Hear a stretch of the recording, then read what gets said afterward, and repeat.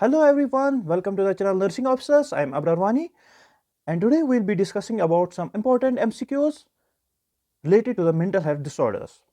Before starting, please subscribe my channel Nursing Officers to get more updates. These MCQs are very important in the examination point of view. Let's start with the first objective. Illusion is an imaginary perception, a normal perception, a false belief, an inaccurate perception. Okay, like I told you in the session that illusion is defined as misinterpretation of external stimulus.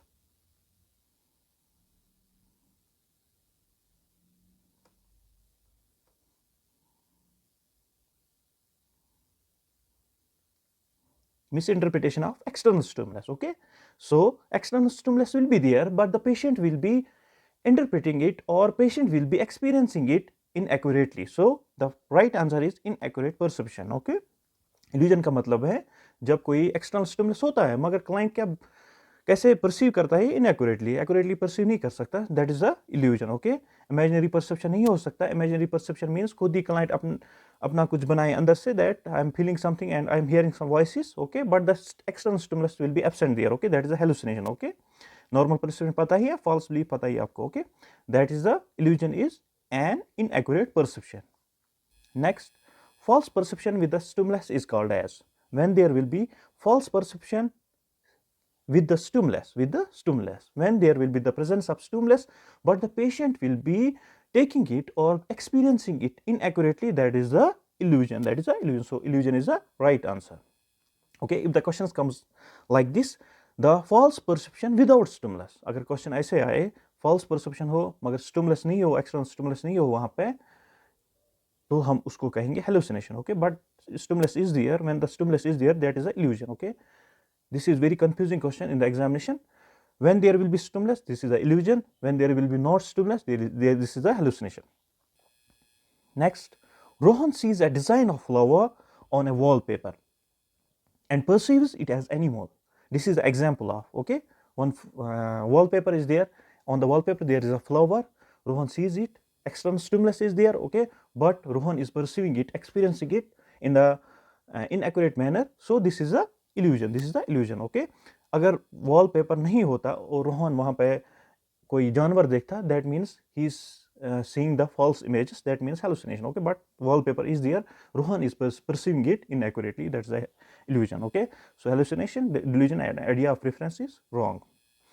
Then hallucination is a disorder of perception. ये याद रखना हमेशा, मैंने session में भी कहा था आपको that hallucination is a disorder of perception, delusion is a disorder of thought. Okay, this is very important for the exams.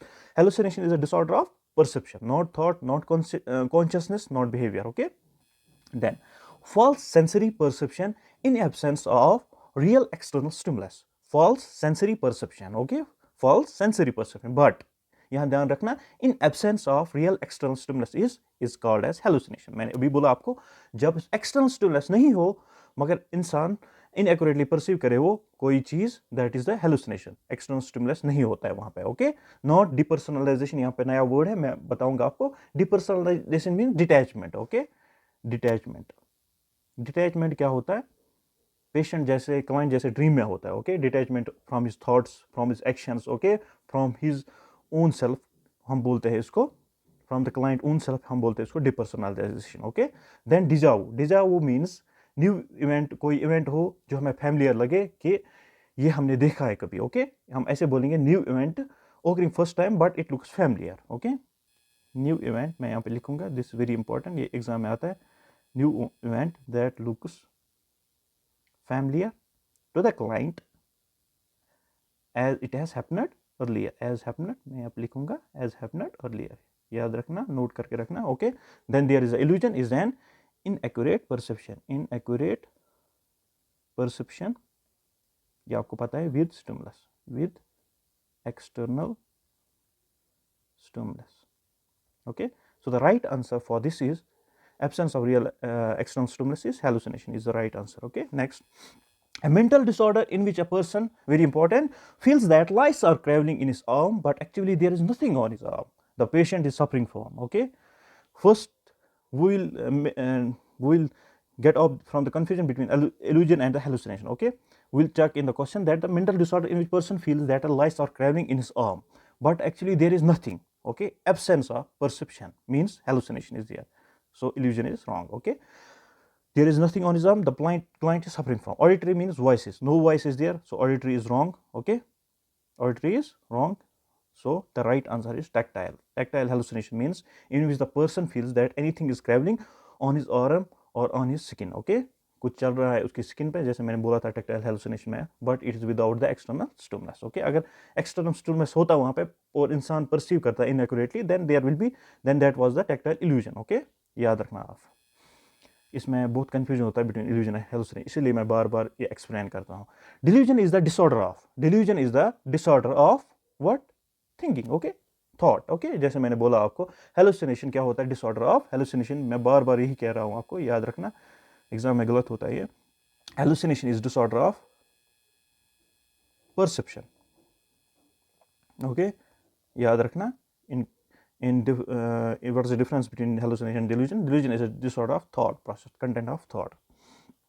So ये नहीं आएगा, ये नहीं आएगा, ये नहीं आएगा. Thinking is right answer. Persecutory delusion. परसों ही मैंने बोला आपको, this is very important for the exams. Persecutory delusion is also called as, persecutory delusion को दूसरा नाम क्या बोलते हैं हम, paranoid delusion. Okay, paranoid delusion में क्या होता था, in which patient believes that, has a false belief that anyone or any agency is harming him. Okay, उसको नुकसान पहुंचाने वाली है कोई एजेंसी, या कोई एजेंसी लाइक CBI. ओके, या कोई members of his family. Okay, that is a paranoid delusion, also called as persecutory delusion. यहाँ पे है निहिलिस्टिक डिल्यूजन, मींस पेशेंट को बिलीव होता है कि सारा कुछ अनरियल है मेरे सामने, ठीक है ना, everything is unreal in front of me. Okay, delusion of control, that कोई एक्सटर्नल फोर्स उसको कंट्रोल कर रहा है, उसके आइडियाज, उसके एक्शंस, कोई, that is a delusion of control. ऐसी इरिटोमेटिक डिल्यूजन है. इरिटोमेटिक डिल्यूजन में पेशेंट बिलीव करता है that he is loved by the higher status person. याद रखना आप, परसों ही मैंने पढ़ा है आपको, ठीक है ना. सो परसिक्यूटरी डिल्यूजन बहुत important, is also known as paranoid delusion. Paranoid delusion में क्लाइंट क्या फील करता है, दैट बिलीव करता है, इसको फॉल्स बिलीव होता है कि मुझे कोई मारने वाला है, कोई मेंबर ऑफ फैमिली या कोई एजेंसी मुझे मेरे पीछे और मुझे मारने वाली है, ठीक है ना. That is a paranoid, and it's one of the most important feature of the paranoid schizophrenia. ये भी याद रखना, it's one of the important feature of the paranoid schizophrenia. कभी कभार क्वेश्चन आता है, ये भी मैं एक्सप्लेन करता हूँ अच्छे से क्योंकि आपको समझ में आए एग्जाम में. Okay, then 9th question is here, grandiose delusion occurs in which of the following delusion? Okay, first option is manic disorder, second OCD, third phobic anxiety disorder. मैंने बोला था आपको जब मैं मैनिया पढ़ा रहा था आपको, that whenever there will be intense elevated mood, okay, in the intense elevated mood there will be the presence of psychotic features. मैंने उस टाइम बताया था, presence of, in the intense elevated mood there will be presence of the psychotic features. There will be presence of the psychotic features. What type of psychotic feature मैंने पढ़ाया था उस time? मैंने पढ़ाया था, go through my third lecture. okay, मैंने पढ़ाया था in the psychotic features में क्या पढ़ाया था, mostly delusion of grandeur occurs there. okay, psychotic features. okay, so the mania is the right answer.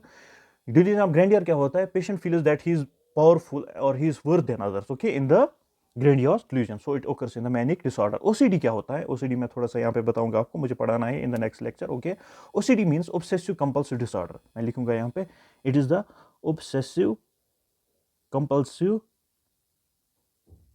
it's obsessive compulsive disorder. okay, what is obsession? obsession क्या होता है, what do you mean by obsession?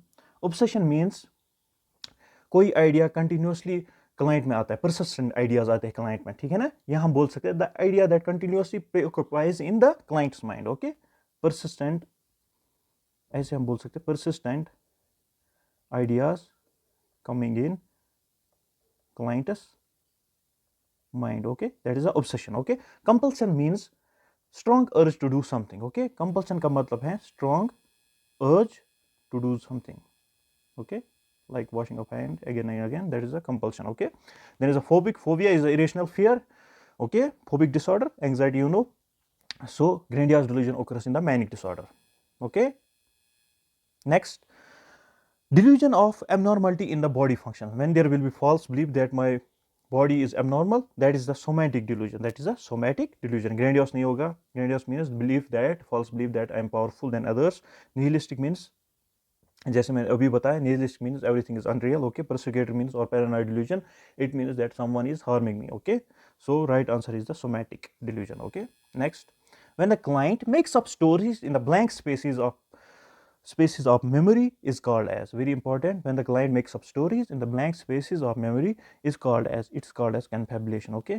वो क्या stories बनाता है वहाँ पे, जैसे मैंने बोला था फैंटेसीज, फैब्रिकेटेड स्टोरीज बनाता है क्लाइंट खुद के ही माइंड में, okay, to fill the gap in order to prevent the self-esteem, in order to for the self-esteem is called as confabulation. Neologism नहीं होगा, neologism means newly coined words, मैं यहाँ पे लिखूंगा, ये भी कभी कभार आता है, newly coined words which are known to client by himself, not to the external world, उसको हम बोलते हैं neologism, okay. lying and denying नहीं होगा.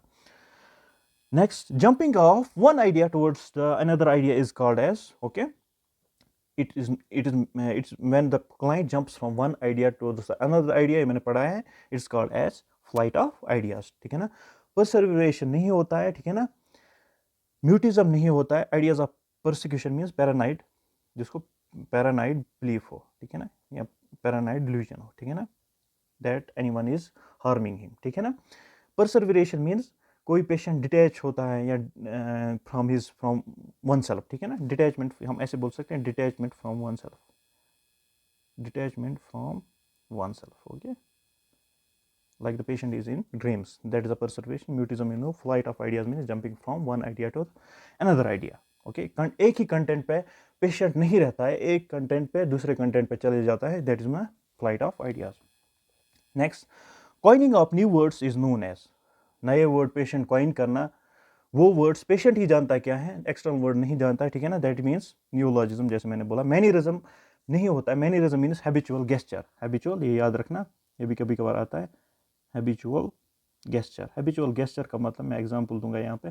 For example, tilting of head again and again, आप देखना किसी में होता है ये tilting of head again and again, ठीक है ना. That is called mannerism. Hallucination means imaginary perception, delusion पता ही है आपको, delusion means false belief. Next, meaningless and incoherent mixture of words and phrases is called as word salad. ये याद रखना आपने, मैंने पढ़ा है ये, that meaningless and incoherent mixture of words and phrases is called as word salad, okay. parallelia नहीं होता है, parallelia होता है like speech defect, okay. speech defect मतलब इसमें in which sounds are distorted, ऐसे लिखेंगे, sounds are distorted, ठीक है ना. वर्बिग्रेशन नहीं होगा. वर्बिग्रेशन का मतलब होता है स्टीरियोटाइप स्पीच, पर्सिस्टेंट स्पीच, ठीक है ना. स्टीरियोटाइप स्पीच हम बोलेंगे, स्टीरियोटाइप स्पीच, ठीक है ना. ऐसे ही न्यूलॉजिज्म होता है, मीन्स न्यूली कॉइन्ड वर्ड्स. मैं सब कुछ इसीलिए बता रहा हूँ आपको, क्योंकि ये सारे एग्जाम्स में आ सकते हैं. न्यूली कॉइन्ड, ये भी इंपॉर्टेंट है, सब कुछ इंपॉर्टेंट है इसमें. Newly coined words by client himself, not known to the others, okay. Number 15, temporary loss of muscle tone and weakness precipitated by variety of emotional states is called as, हम ऐसे देखें, confabulation means filling of memory gap, ये जैसे हमने पढ़ा ऊपर, filling of memory gap by the patient by fabricated stories, fantasies, etc. compulsion पता ही आपको, compulsion means strong urge to do something, strong ऐसे ही करना होता है, objective urge to do something, और ऑब्जेक्टिव को बराबर 1 मिनट देना चाहिए, okay. Catharsis means release of feelings, release of feelings, okay, ठीक है ना.